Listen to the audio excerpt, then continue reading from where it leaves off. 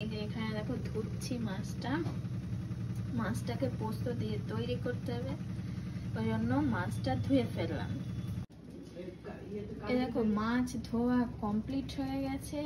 আর এখানে কড়াইয়ে তেল দিয়ে দিয়েছি, তেল প্রায় গরম হয়ে গেছে দেখতেই পাচ্ছি। আর এদিকে আমি খাচ্ছি হলো কফি। হ্যাঁ, এই যে এই শীতকালে একটু কফি না খেলে ঠিক চলে না।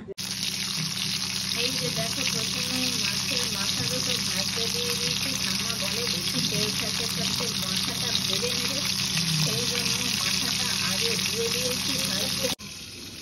এদিকে দেখো ভাতও বসিয়ে দিয়েছি। ঠিক আছে, তো মাছ ভাজা হলেই মাছের ঝোলটা তৈরি করে নিয়ে গরম গরম ভাত দিয়ে হবে। এখন বেটক শাকগুলো এতে ধুয়ে নিয়েছি। দেখো কড়াইয়ে দিয়ে দিয়েছি সর্ষে ফোড়ন দিয়ে শাক খেতে আমাদের খুব ভালো লাগে, আমার বিশেষ করে। তো এরকম সর্ষে ফোড়ন আর লঙ্কা দিয়ে দিয়েছি।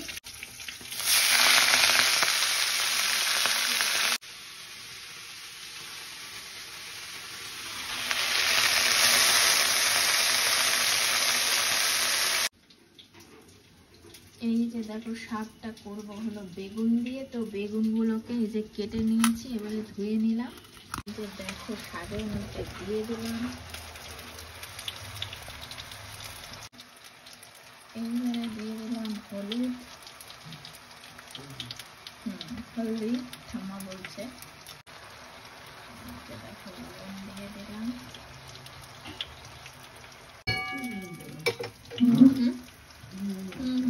আর এই দিয়ে দিলাম চাপা, এক্ষুনি হয়ে যাবে। এই দেখো ভাতও হয়ে গেছে দেখতেই পাচ্ছ, বেশ একটু ঝরঝরে করে করেছি। এবারে এটা হলো আমার ভাত ঢালার বাটি। এই যে দেখো মাছগুলো প্রায় ভাজা হয়ে গেছে। হ্যাঁ, দু একটা বাকি আছে, তো ভেজে নিচ্ছি। এই যে পোস্তটা এবারে বাটতে দেবো। এই যে দেখো আলু কেটে ফেলেছি, এইবারে পোস্তটাকে বেটে নেব।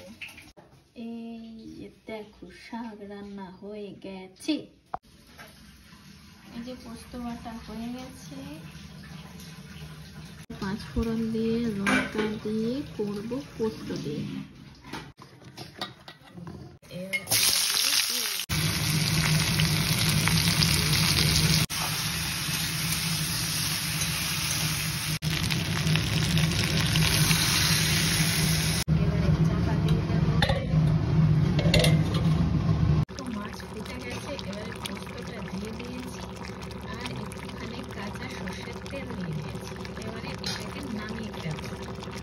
দেখো মাছের ঝোলটা তৈরি হয়ে গেছে, এবারে গরম গরম ভাতের সাথে খেতে হবে। টাটা।